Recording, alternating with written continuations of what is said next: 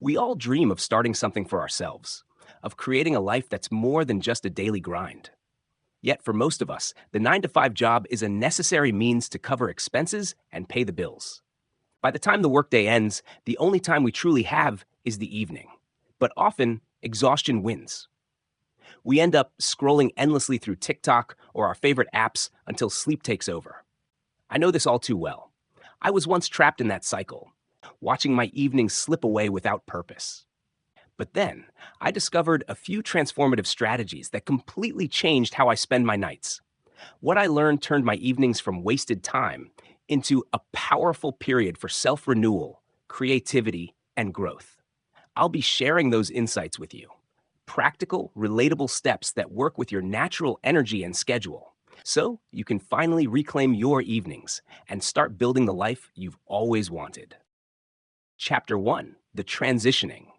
The moment you close your laptop or get home from work, don't rush to start working on your personal goals immediately. That's a mistake many people make, jumping from one mode of work to another without giving their mind a chance to shift. Your brain has been engaged with external demands all day, and shifting too quickly can feel overwhelming.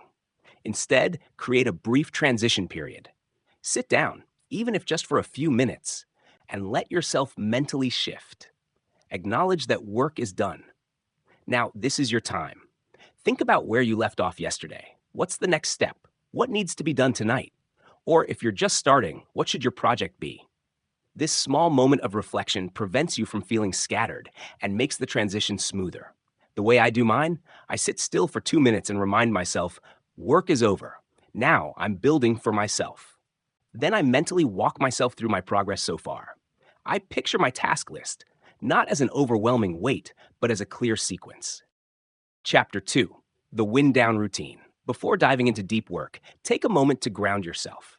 A simple routine can help separate the stress of the day from the focus you need at night.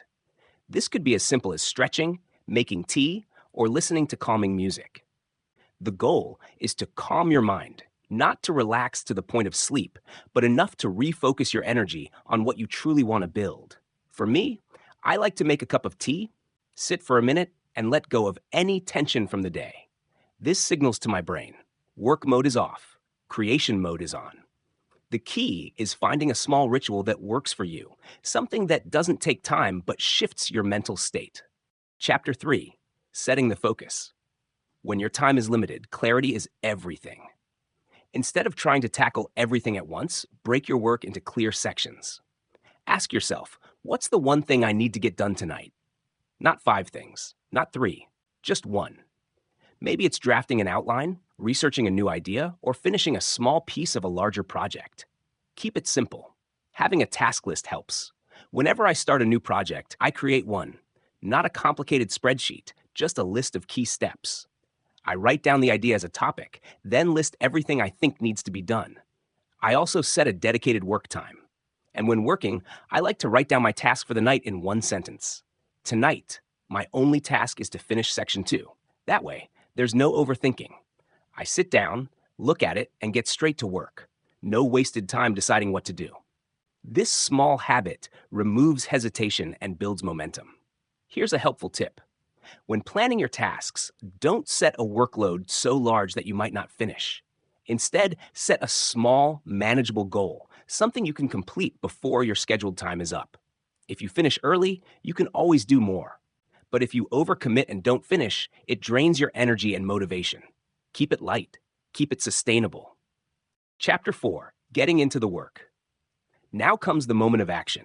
But don't rely on motivation. Build a rhythm. Start with the easiest step possible. Open the document, sketch the first idea, type the first sentence.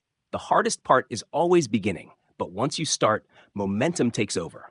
Once I'm in, I let myself sink into deep focus. No distractions, no multitasking, just a solid work session, whether that's 30 minutes, an hour, or even just 10 minutes on busier nights.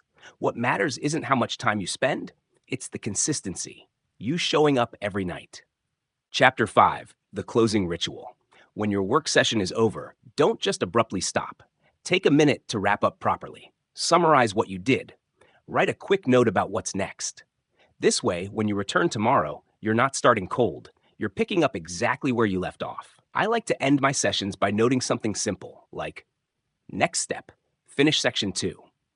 This small habit makes restarting the next day effortless.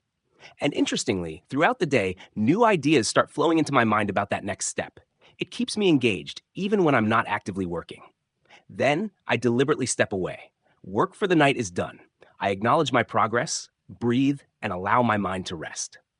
And there you have it, the way to reclaim your evenings. But don't forget, keep the flow alive, because the process gets exciting. You start seeing progress, feeling the momentum, and before you know it, you're deep into it, pushing past the time you planned. That's great until you realize it's 2 a.m. and you have to wake up in a few hours for work. Here's the thing. Consistency matters more than intensity. If you burn yourself out tonight, tomorrow becomes harder. You drag yourself through your 9 to 5, come home exhausted, and suddenly that flow you were building, it's gone. So don't just work hard, work smart. Set your time, commit to it, and when it's up, stop. Even if you only managed half of what you planned, that's still progress. The goal isn't to finish everything tonight, it's to show up again tomorrow, and that only happens if you rest. So, close your laptop, drop your pen, breathe, go to bed. You'll be back at it again soon.